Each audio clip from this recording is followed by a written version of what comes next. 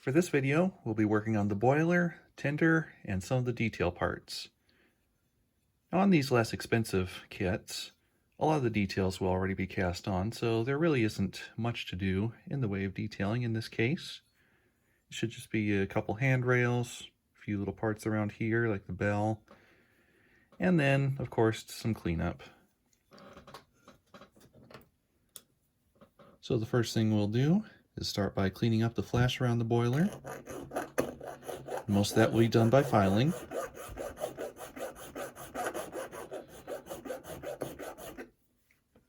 There's quite a bit to clean up around here, so you just have to go at it carefully in each area. But at the same time, you do have to be careful not to file off any details like this. So it helps to have a variety of files on hand. And a fine set like this gives you little options like these where you can go into small areas and clean out little seams like that.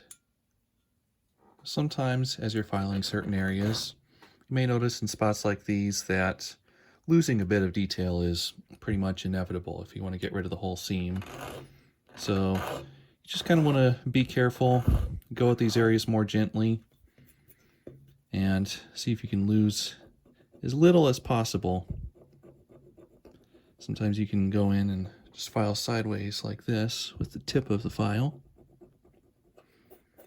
And that way, you don't lose too much detail in that area. There are only a couple rivets missing from that spot. Then one other thing to do when you're filing a rounded area like this, just kind of go gently while turning the file's angle a little at a time. This way, you can typically keep a good rounded area or rounded surface there that won't be too noticeable when the model is finished. So filing is done for the top of the cab, and you may notice right there's actually a little pit in the metal where the casting wasn't very good. Kind of like on the cylinders in a couple videos ago. And there's actually an easy way to fill spots like these very quickly. Just take some liquid super glue, drop in there, and then take some baking soda, just kind of put it on there, push it into the area, and then file down the surface again.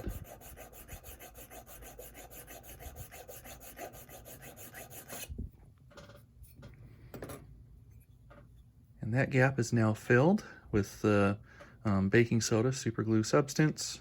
Looks like there may also be a little spot there that I'll take care of. But with this, you can easily and quickly fill pits and gaps. Now when I'm filing the seam off of an area like the boiler band here, I'll actually file the area around it first. So then I can know exactly how much to file down the flash that's actually on top of the boiler band.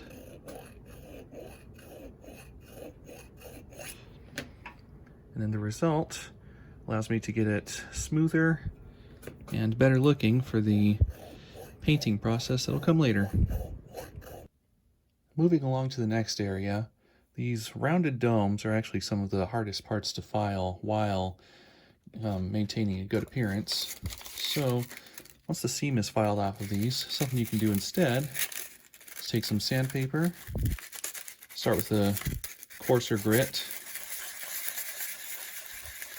kind of sand around that until you can get a good round surface. And after a couple minutes with the coarse grit, that surface is looking a lot more round, smoother. So now I'll just finish it off with some fine grit sandpaper to make sure that it's as smooth as possible. That's looking pretty good.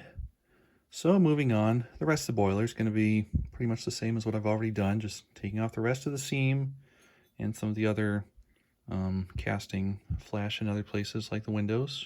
And windows are really easy to do because you can just put a square file in there and go at it. If there's any flash inside the smokestack, you can just go at that with a round file, get that smoothed out. That takes care of the filing for the boiler. Now filing does usually leave some grooves behind, which may be visible through paint, so to finish things, you just take the fine grit sandpaper again and go over any rough looking spots. Alright, that looks pretty good. There may still be a few rough spots that show up through the paint, but overall, I think that'll all fill in nicely. So next up is more of the same for cleaning up flash around the tinder. Just a few little spots around there, around the bottom. Looks like this here will probably be the worst part to clean up since there's a seam right at all those rivets, so I might lose a few rivets along the way, and I might leave some of the seam there just so I don't lose too much detail. Now on parts like this, sometimes you'll get a lot of roughness around an area like this, and an easy way to get rid of that is just take the end of your file with a slight extra pressure on the edge there, and then just push it forward a couple times, and now that's a whole lot smoother. Almost done with filing the main parts. All that's left is the tinder frame and then the cab backplate. And these are really easy to do because really all you have to do is go around the edges and make sure that's smooth. Because for the most part you won't even see at least for the tinder frame here, you won't even see these areas. They'll be hidden by the tinder shell. If any holes in the part are filled with flash, it's easy to clean that out. All I do is poke in there with a round file from both sides and just twist it in there a bit to smooth things out. If there's any flash left on top, just go over that with the flat file. And now with everything cleaned, I'll go ahead and start the assembly here, which for this kit is not much. There's just the cab back plate, which is held on by 3 screws. When putting a part like this on, leave the screws a little bit loose until you have all of them in. That makes it easier to line things up, and then you can tighten them down. Now for this kit, the only other major part to the boiler is an included boiler weight, which fits right in here. That can be held in place by glue, but I'm actually not going to do that until after I've done the painting, because they also drill out this hole to add a headlight, and it'll be easier to install that if the weight's not in place. Now for the tinder, there's not much to putting this together either. Just lay the floor in there, kind of push it in place. Then this one is held on by 3 screws. Just have to pull that in line with the holes a little bit. And that should be a better fit now.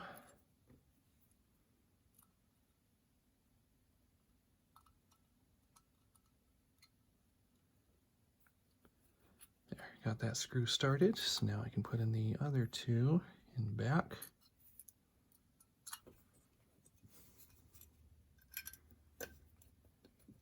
Now tighten them in.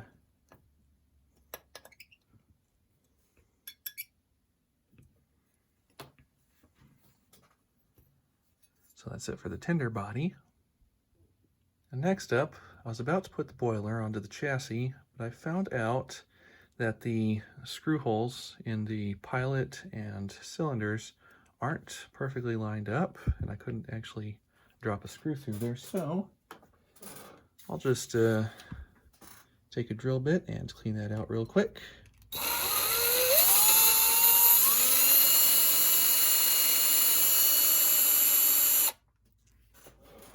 That should take care of it. Yeah, it's a little tight, but it's going through there now. So I should just be able to turn that through the rest of the way with the screwdriver. So I'll just slip the boiler on, start by feeding the wire through the back on this one. Line up that slot with the back of the chassis. That sits on there. Now tighten the screw through. Almost seated. Need a larger handled screwdriver to turn that a little more tightly. Let's see if this can get it through anymore. Oh yeah, that's better. There, that's seated on there now. And the alignment of these parts isn't exactly perfect. This was one of Varney's less expensive steam engines when they developed these two parts. But that sits on there just fine, and at most angles you won't even notice the gap. Then the next part is the front truck here. And this is probably one of the simplest trucks I've ever seen included with the kit. It looks like they actually just took a drawbar and soldered a piece of tubing to it. But hey, that works perfectly fine, so if you're doing an inexpensive kit, why not? Just get some oil in there, run that through a bit. That's turning nice and freely. These wheels are metal, but both of them are insulated, so there won't be any electrical pickup from here. The screw goes down here. And then, let's see, the spring won't be able to fit on the screw, so, okay. Looks like you actually fit the spring here instead.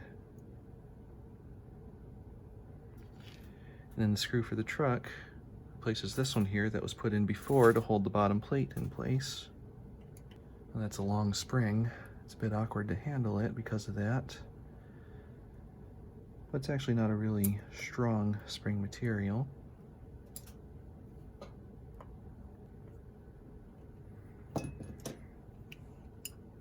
All right, so that's on there now. The spring seems to be holding in just fine. This is, so it looks like it can swing over just enough to let that spring come out. Okay, I found out what I was doing wrong there. After reading the instructions a little more closely, what you're supposed to do with this one is actually get that first ring of the spring over there. And then, although I don't mention it, I'm going to add just a touch of glue to help that hold in place. And to make that set a little more quickly, I'm going to bring the baking soda back out.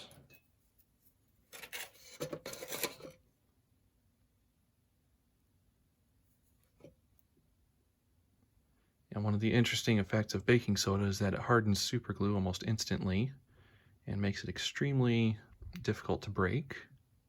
So that that's on there. I can put it back onto the chassis and get that screw in.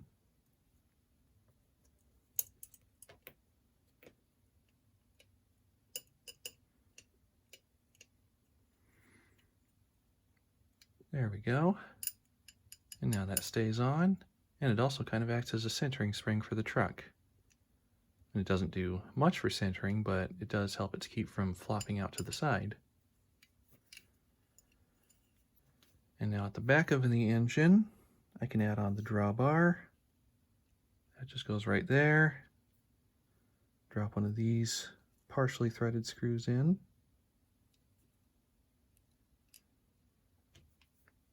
And tighten that. Now for the tender trucks, they actually gave some sprung trucks with this, which is nice. That gives it equalization, helps it to run smoother. But I did notice that the screws weren't quite fitting through here, so I'm just gonna drill these holes out a bit.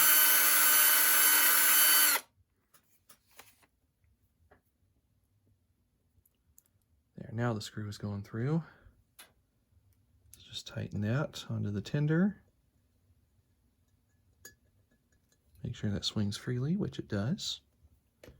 And you want to make sure that the grounded wheels are on the opposite side from the engine's grounded wheels. So on this one, that would be the left side when it's on the track.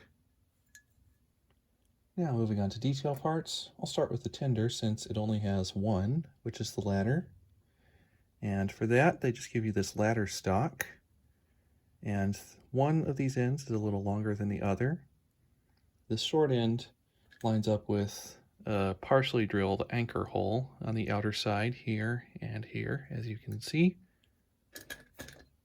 So to bend this, I'll just grab it with my pliers right there. Then give that a good hard bend so you get a nice 90-degree angle. And I think the holes on this tinder are just a little further in than the actual width of the ladder. So I'll bend the pins inward like that. Let's see if that fits. Yep, just right. So with that anchor hole, the ladder will be close to the tinder, but not quite up against it. So now for this upper part, let's see, I'll leave 5 of these rungs on here. That also gives me a marker of where I need to bend it. And in order to get the correct bend on there, let's see, I'll use the handle of this screwdriver. Just take that back off, find that 5th rung, and then put the 6th one over the screwdriver, and just carefully bend it around like that. Bend it in a little further by hand.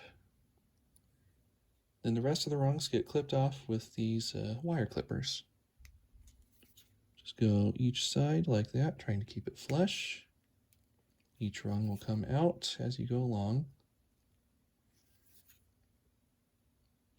And you don't need to do every one of these because we'll also be trimming off part of this end here. So let's see how long that needs to be. Okay, so if I cut off about halfway past this second rung here, that should be just right.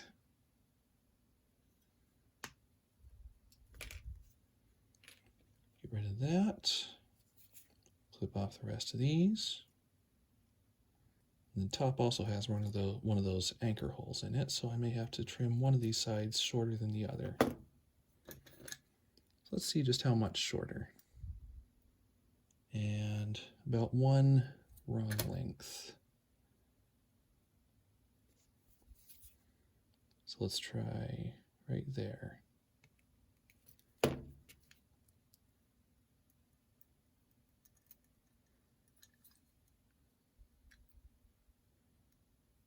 There, right where it needs to be.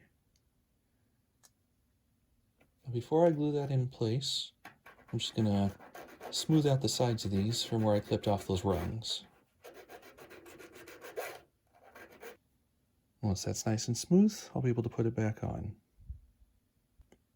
Now that the ladder is trimmed and shaped, I'll go ahead and put a drop of glue onto each end there.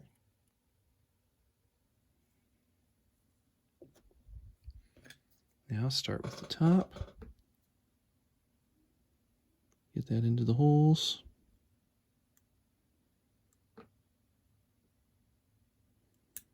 Now line up the bottom and get that in place. There, and that's it for the tinder. So now I'll move on to some of the details for the main boiler. Now for detailing the engine, there's actually very little to do on this one. It just has the whistle, pop valves, bell, marker lights that go in these areas. And all of those, like these parts, will be brass. This one will be painted brass, and then these will be painted a different color from the front. So I'll put them on afterwards. And even the handrails, I'm actually going to leave off until after painting. But for now, I can at least form them to the shape that they need. The instructions say to cut the handrail wire into 2 pieces, 3 and 13/16 inches long. So I have the end lined up there with the 13/16 mark. Hold that in place and then clip the other end. Then that gets the length right where it needs to be. And just one more. So to start, I'm going to put stanchions into these 3 holes here. Just gently grip that with pliers. Push that in. These have a slip fit, so they'll be easy to remove later.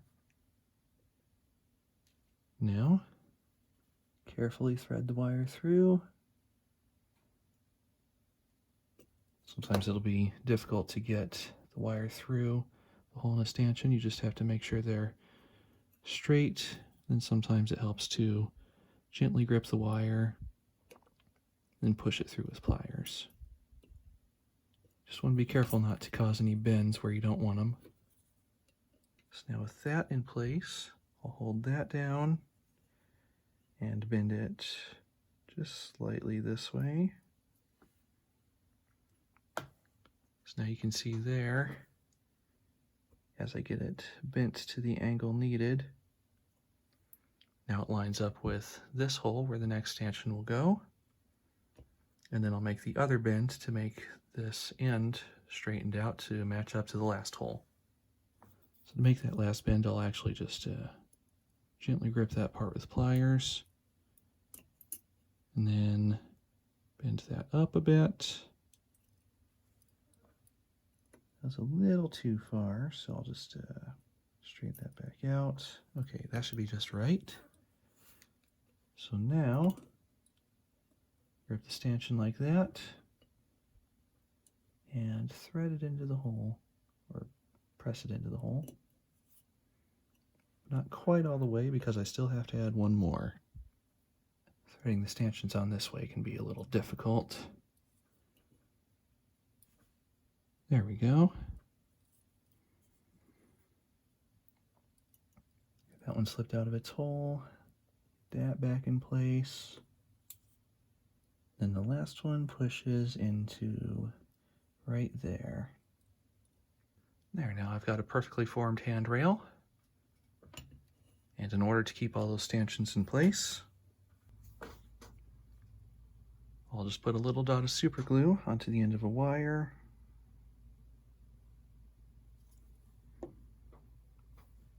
And then touch each side around the stanchion, around each one. And using liquid gap filling super glue, that will go into the hole and keep that glued tightly in place. Although I'm not putting some of these details on now, it is a good idea to go through and make sure that all of the holes are drilled properly before painting, so then you won't accidentally mess up the paint later. These pop valves just drop right in there. It's still a tight fit. I may have to go a size larger. There, those are both dropping in easy now. So now that all those details are fitting correctly, there's just one more to add. And that goes on the front pilot here. There were supposed to be a couple holes pre-drilled, but it looks like those were missed this time around. So I've just got a drill bit of the correct size for the wire provided. So I'll put those holes in there now. Once you've got the hole started, it can help to add a touch of oil onto it. That helps the drill bit to cut through more easily. So just keep going at that until the hole is deep enough for the wire. Now with the holes drilled, just wipe away the excess metal and oil.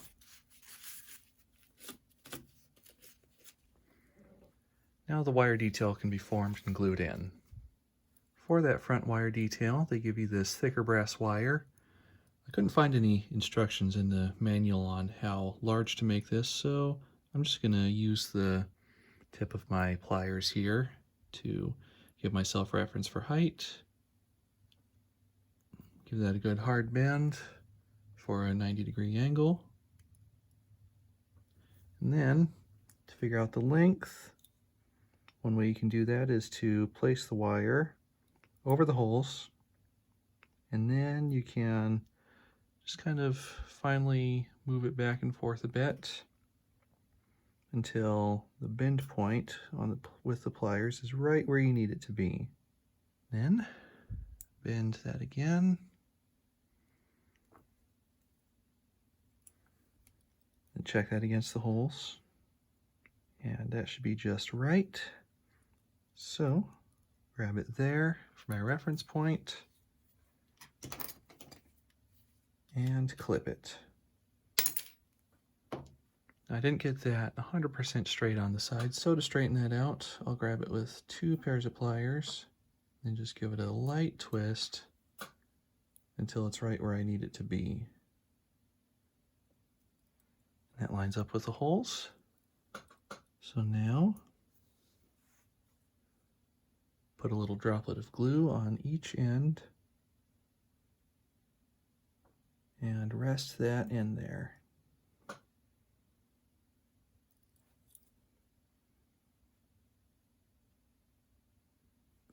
then just let that dry. Now the last thing I'll do here is link the engine and tender together. And that's easy enough. Just take this last partial threaded screw, line that up with the hole in the tender, and tighten that in. And then to get electrical pickup, this wire has to come around here and take this terminal,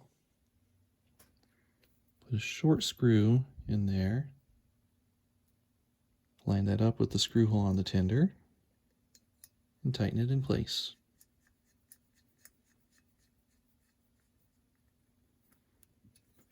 There's a lot of excess wire there, so I'll just take my needle nose pliers, and for now I can just bring this up and tuck it away in the cab.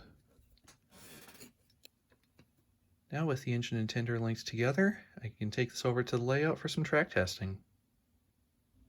At this stage of the assembly process, it's a good idea to give it a good amount of time on the track for some testing, running in to make sure everything is working exactly the way it should be before you disassemble it for painting.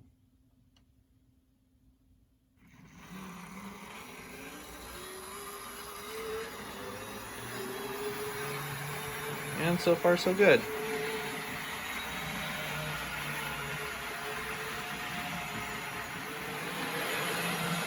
Seems to be running well, so I'm just going to give it half an hour in each direction to make sure it's run in. And that'll be it for this video.